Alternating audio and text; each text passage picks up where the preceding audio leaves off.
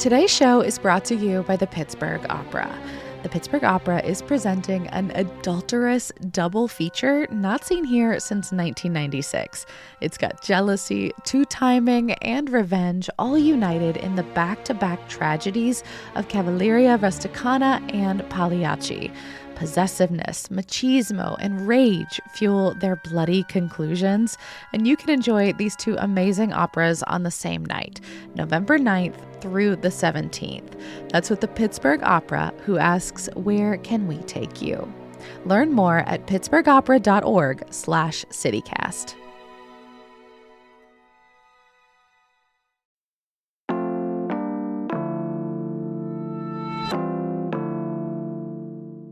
Today on CityCast Pittsburgh, it is not raining enough here in the city, or the county, or the state, and it's led to drought conditions, just as we're entering everyone's favorite campfire season.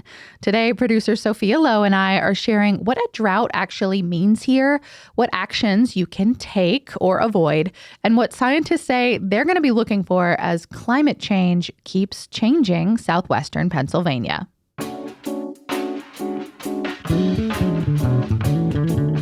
It's Wednesday, November 13th. I'm Megan Harris, and here's what Pittsburgh's talking about.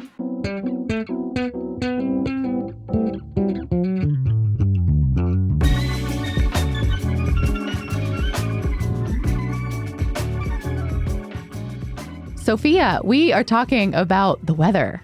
Right? Not everyone's favorite topic, but right now we are in a drought watch. Yikes. So it is important to know what's happening with the weather. I know, a lot of people might be thinking it rained over the weekend. I was so happy on Sunday when it started raining. I curled up under a blanket, watched a lot of TV. Love rain, but one day of rain doesn't fix things, and we have not been getting a whole ton of rain in general over the past couple months. Yeah, I was wondering actually if we were even going to get to do a show like this, because it seemed like it was raining, but it was like such a small amount.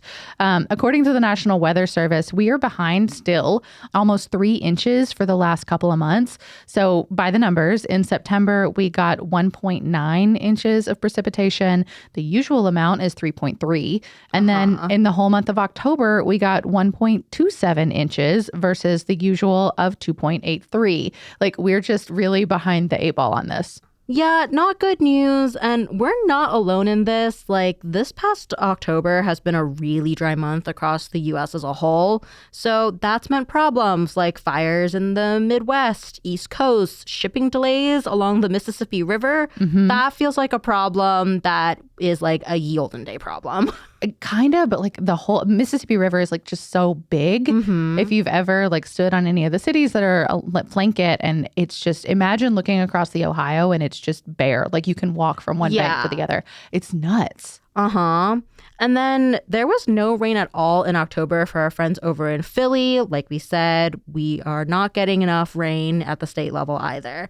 Maybe, people are liking some sun instead of the Pittsburgh gray, but I personally am worried. And like I said, I love rain. It's inside time. I don't know. I mean, I'm pretty pro-sun, but I take your point. Let's talk about what a drought really means here, though, because I feel like, sometimes you hear that word and you kind of forget that there are levels to this kind of thing. It's not like California where we need to be saving every single drop right now. Not yet. Dun, dun, dun. Hopefully never. But there is this task force that monitors all of this, the Pennsylvania Drought Task Force. We love a straightforward government agency name. It's fun. I think it makes them sound really badass.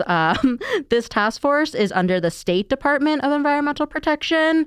I wonder what they do day to day when we're not in any sort of drought conditions. I feel like a task force is the kind of thing that is called upon, like the Batman symbol. Maybe. You have another job until you need to be on the task force. It's like a little water symbol with the X over it. Yeah, the water droplet emoji. Yeah.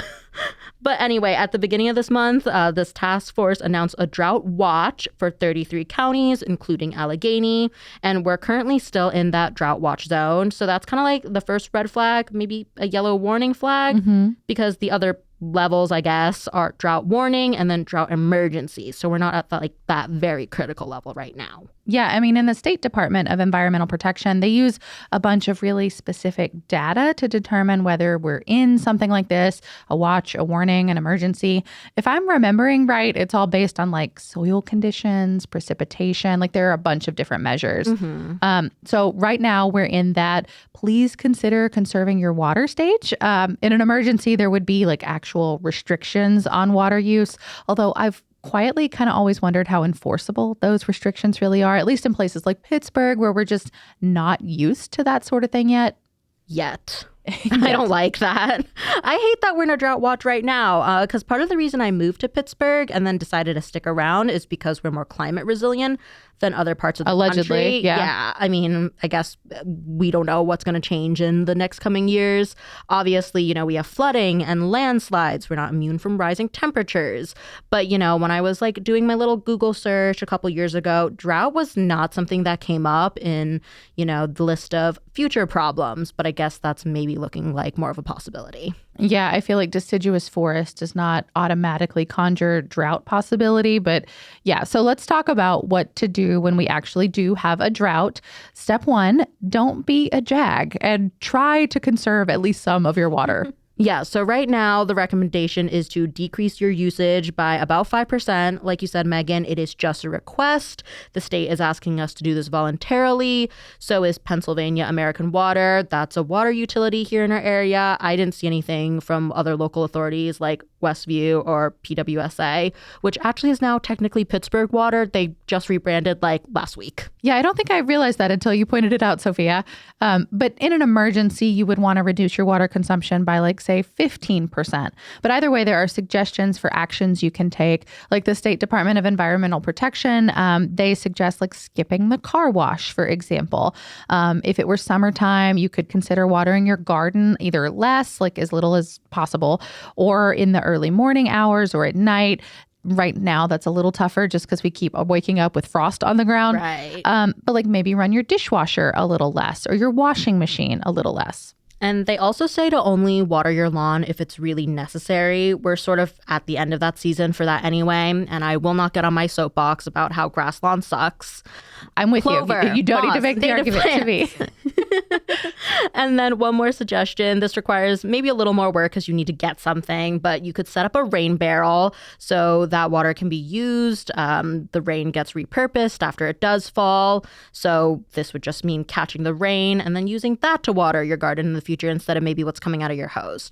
I've actually been looking into a rain barrel for my place. This might be a spring thing when I start my garden. But Pittsburgh Water does give you a $40 one-time credit if you have a rain barrel that's bigger than 50 gallons. So you are doing your part for the environment and getting money. Which is your favorite combination of things, I think. Their last tip is one that I think applies to whether we're in a drought or not. So check for and repair any household leaks. I feel like that's especially important. Well, I mean, gosh, I don't know that there's a time of year that it's any less important, but it feels most relevant when pipes can freeze and things like that, which again, that's the season we're kind of rolling into now. And the DEP doesn't say this, but I think one really obvious way to conserve water is to take fewer or shorter showers. I'm great at this because my old landlord used to cover the first $75 in our water bill. And clearly, I just do not like paying for things when there's a freebie. And of course, if you want to, you could not flush the toilet for just pee. I mean, I co-sign both of those. We had a conversation about this off mic. I think we are coming at this from two different places. If company's coming, maybe don't be a heathen, flush your toilet. But if not, if you're very hydrated and it's only a number 1, I don't think it's strictly necessary to flush every single time. I am not hydrated. I need to drink water. That's helping. I'm not drinking enough water. And more for the planet. And you have a cat, which is a contributing factor, I think. Yeah, I think the problem for me on that one is Pistachio has almost fallen or managed to get her paw in the toilet once or twice. We tried close to see anyway. But I don't have it in me to clean pee off my cat. Fair.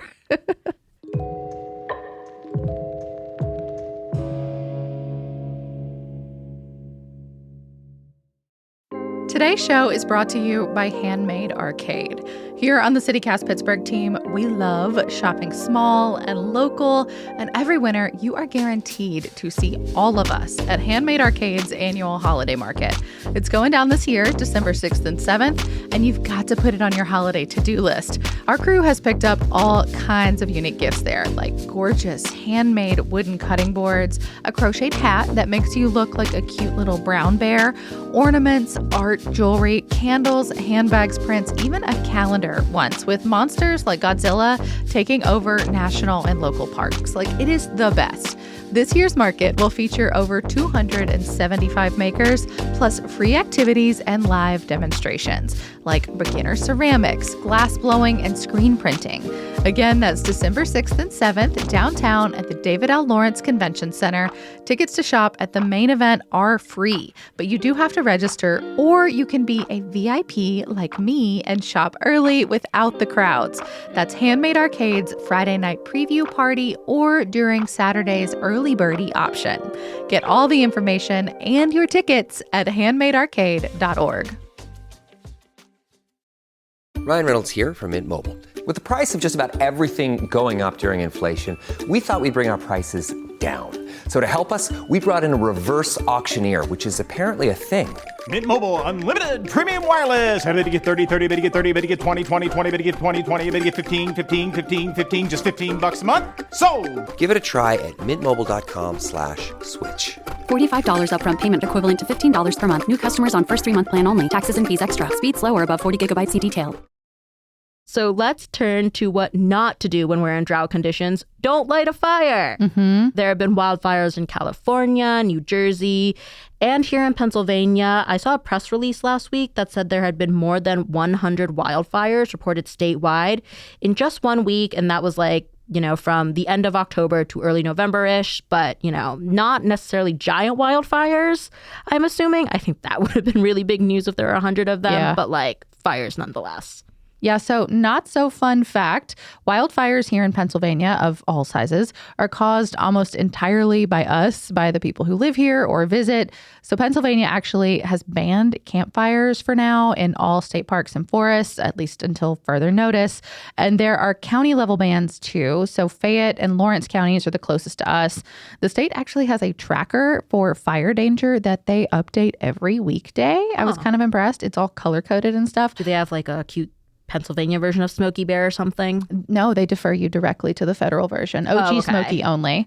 And the Pennsylvania Department of Conservation and Natural Resources, they're encouraging people not to have any campfires in their backyards either. So there are levels to this, but everybody's just please don't light up right now.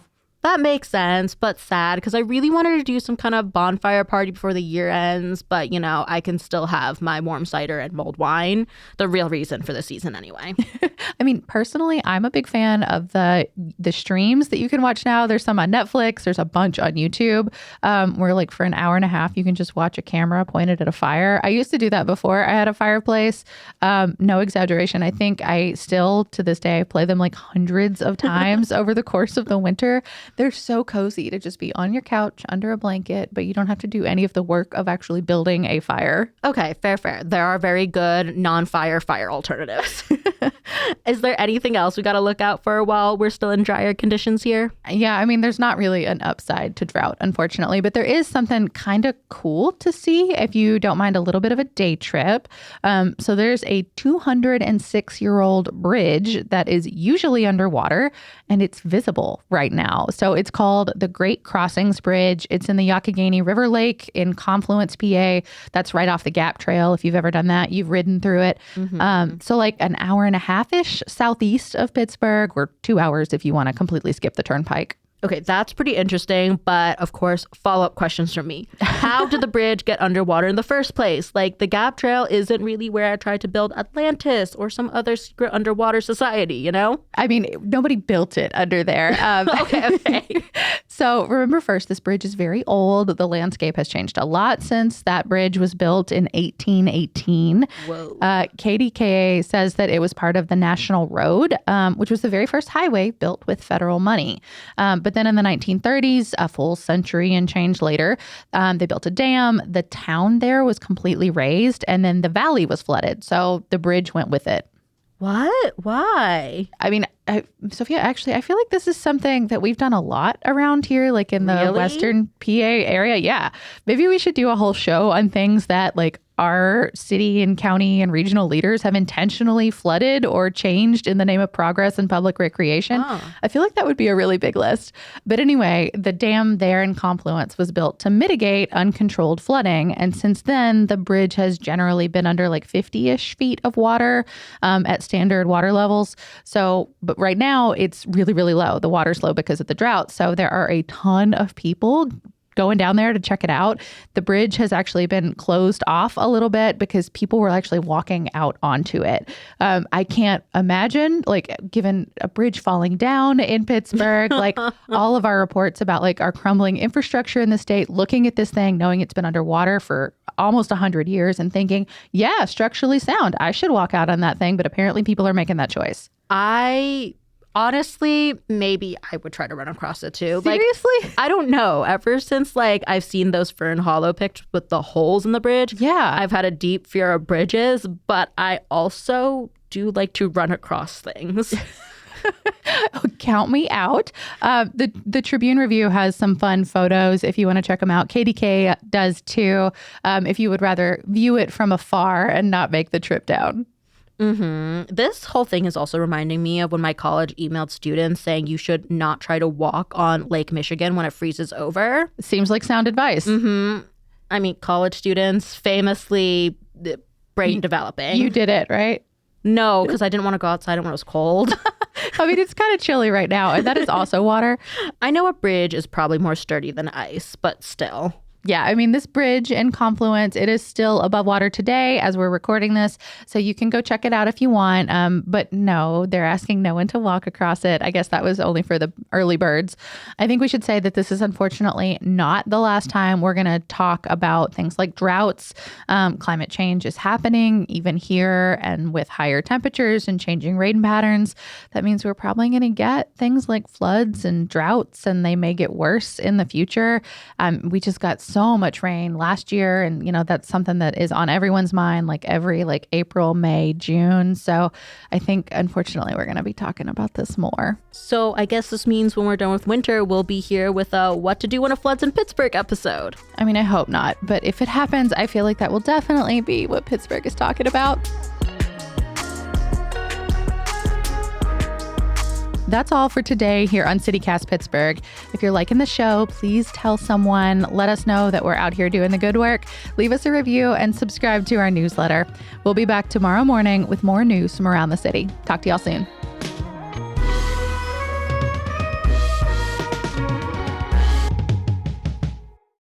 I cannot say the word November.